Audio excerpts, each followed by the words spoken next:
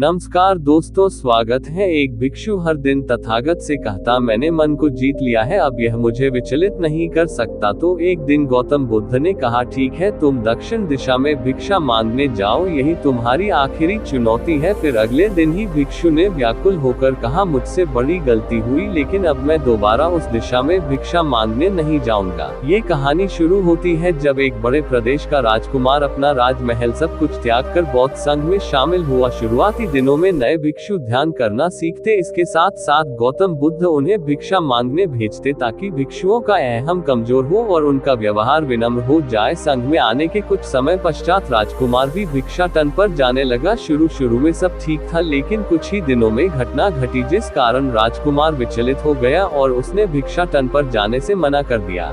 भिक्षाटन का नियम था कि भिक्षु केवल 2 घरों में भिक्षा मांगते और नहीं मिलती तो आश्रम वापस आकर जल ग्रहण करते। एक बार राजकुमार भिक्षु नगर में भिक्षा मांगने निकला और दुस्सहयोग से भिक्षा नहीं मिली। शुरू में राजकुमार भिक्षु को निराशा हुई, लेकिन कुछ ही पलों में उसका मन शांत हो गया, जैसे कुछ हुआ ही ना हो। बिना प्रयास के आज भिक्षु बड़ा प्रसन्न था। उसने लौटकर गौतम बुद्ध से कहा, आज मुझे भिक्षा प्राप्त नहीं हुई, लेकिन मेरा मन शांत है, न किसी विचार ने मुझे परेशान किया। गौतम बुद्ध भिक्षु की सारी भावनाएं समझ रहे थे। तथागत ने कहा, अच्छी बात है, अब तुम कल महल की तरफ भिक्षा मांगने जाना। भिक्षु ने आज्ञा का पालन किया और अगले दिन भिक्षा मांगने निकल गया। कुछ देर बाद जब भिक्षु महल के आगे से गुजरा तो उसे अपना महल याद आ गया कि कैसे वह ऐशो आराम का जीवन जीता था। भिक्षु ने सोचा, महल में खाने को स्वादिष्ट पकवान मिलते और सेवा करने को कई नौकर होते और सभी प्रकार के सुख मिलते। ऐसा सोचते सोचते भिक्षु के मन में इच्छा हुई कि आज बढ़िया भोजन मिल जाए। तभी भिक्षु सचेत हो गया कि यह सब अतीत की स्मृतियां हैं और मैं केवल इन्हें देख रहा हूँ। पुरानी यादों के ताज़ा होने से मन में कुछ इच्छाएं प्रकट हो रही हैं, ये भी मैं केवल देख रहा हूँ। अगर मैं इन शारीरिक इच्छाओं को पूरी करने की लालसा रखूँ तो मैं मन की शांत और यह जागृत अवस्था खो दूंगा। भिक्षु ने महसूस किया कि जब जब हम स्वयं को 2 कदम आगे ले जाते हैं, चेतना का स्तर ऊपर उठाते हैं, तब तब मन इस प्रकार के खेल खेलता है। जब हम मन को शांत करने लगते हैं, तब मन हमें बेचैन करने की पूरी कोशिश करता है। भिक्षु ये सोचकर बहुत खुश हुआ, क्योंकि आज उसने आत्मचिंतन से मन के बारे में गहरी समझ और सूक्ष्म दृष्टि प्राप्त कर ली। भिक्षु ने आश्रम आकर गौतम बुद्ध को सारी बात बताई और कहा, तथागत, आज मुझे आपकी कृपा से सूक्ष्म दृष्टि प्राप्त हुई। मन हमें बार बार इच्छाओं में उलझाना चाहता है। महल को देखकर मुझे भी पुराने सुखों का स्मरण हो आया, लेकिन आज भी विचार मुझे छू नहीं पाए। गौतम बुद्ध ने कहा, अच्छी बात है, कल नगर की दक्षिण दिशा में जाना, वहाँ एक हवेली है, वहाँ मन और विचारों पर उपदेश देकर आना। भिक्षु बहुत खुश हुआ। आज वो जल्दी जल्दी चल रहा था क्योंकि वो उपदेश देने जा रहा था। पर दोस्तों, इस बार की यात्रा भिक्षु पर भारी पड़ने वाली थी। कुछ ही देर में भिक्षु हवेली पहुंचा और भिक्षा के लिए आवाज लगाए। आवाज सुनकर एक सुंदर युवती बाहर आई। भिक्षु ने सोचा कि इस युवती की सुंदरता को देखकर मेरे मन में कोई विचार नहीं आना चाहिए, क्योंकि मेरा यहाँ आने का प्रयोजन तो इसको उपदेश देना है। युवती ने भिक्षु को प्रणाम किया और कहा, आइए पहले भोजन ग्रहण कीजिए। भिक्षु ने भोजन किया, फिर सोचा कि उपदेश देने से पहले थोड़ा आराम कर लेता तो अच्छा होता। भिक्षु ये सब सोच ही रहा था। इसी बीच युवती ने कहा, श्रीमान, आपने अभी अभी अन्न ग्रहण किया है, अब थोड़ा आराम कर लीजिए, फिर उपदेश शुरू करना। ये सुनते ही भिक्षु सतर्क हो गया। जो योजना वह मन में बना रहा था,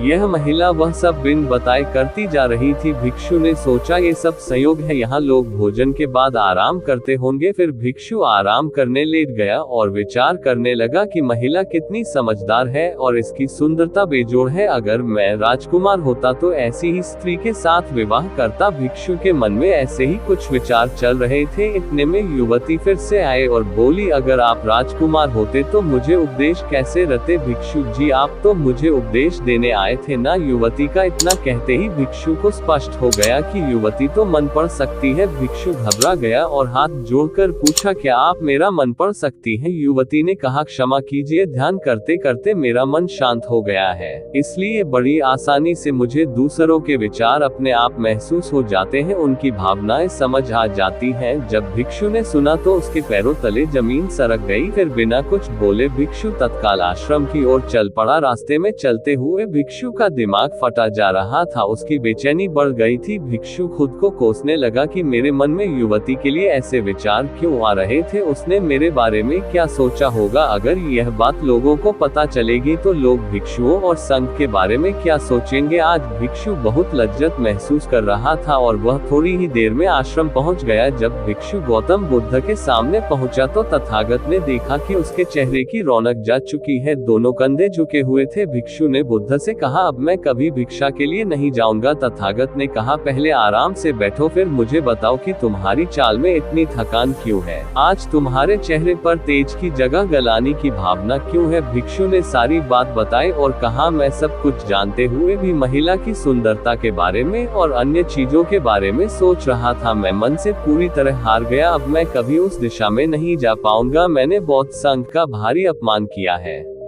गौतम बुद्ध ने कहा, सबसे पहली बात, परेशानी को बढ़ा चढ़ाकर मत सोचो। अगर कुछ बुरा हो जाए तो एकदम से यह मत सोचो कि सब खत्म हो गया, बिना सोचे निष्कर्ष पर मत जाओ। दूसरी बात, ध्यान दो कि कहीं तुम नकारात्मक विचारों के साथ अतिशयोक्ति करने वाले शब्दों का प्रयोग तो नहीं कर रहे, जैसे मैं हमेशा हारता हूँ, जीवन में कुछ नहीं बचा, मैं मन से पूरी तरह हार गया, मेरे साथ कोई नहीं है।